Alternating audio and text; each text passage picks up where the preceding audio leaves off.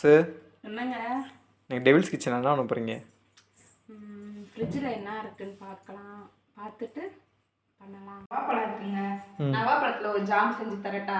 நவாப்பழம் ஜாமா? ஆமாங்க, சாப்பிட்டு பாருங்க, சூப்பராக இருக்கும். ஏதோ சொல்கிறீங்க, செய்யுங்க பார்ப்போம்.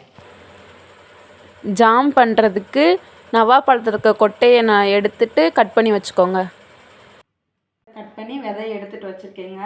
இப்போ இதை போட்டு ஒரு ஜாரில் போட்டு அரைக்க போகிறோம். அழுகின பழமாக இருந்தால் எடுத்துருங்க, டேஸ்ட்டே மாறி போயிடும், அப்புறம் நல்லா இருக்காது.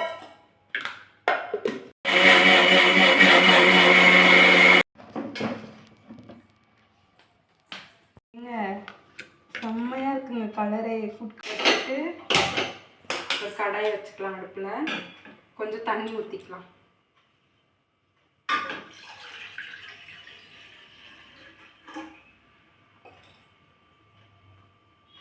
இப்போ நம்ம ஜீனி போட்டுக்கலாம்.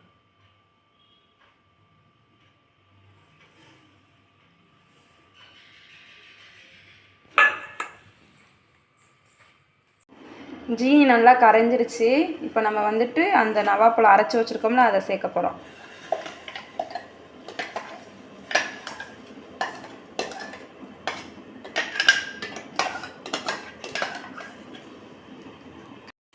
இதை நல்லா கிண்டி விடணுங்க, நல்லா கிண்டி விட்டுக்கிட்டே இருக்கணும்.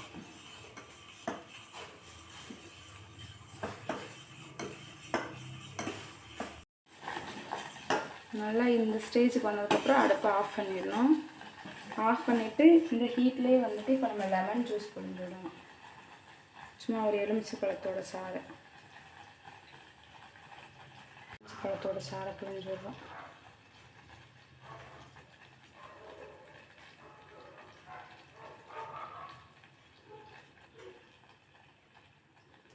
பழத்தை புழிஞ்சிட்டு நல்லா கிண்டிட்டு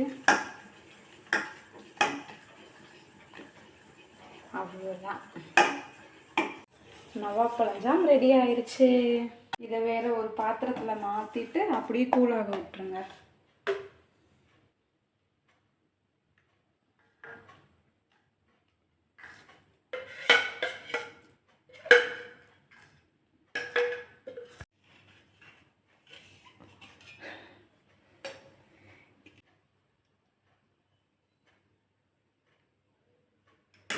ஏங்க சொல்லுங்க. நவாப்பழ ஜாம் நல்லா இருக்குமான்னு கேட்டீங்கல்ல? ஆமாம், செஞ்சுட்டேன், டேஸ்ட் பாருங்க.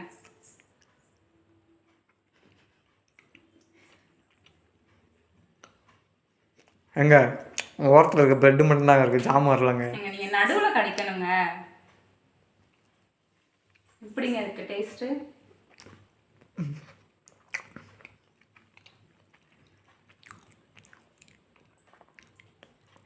சூப்பராக இருக்குங்க.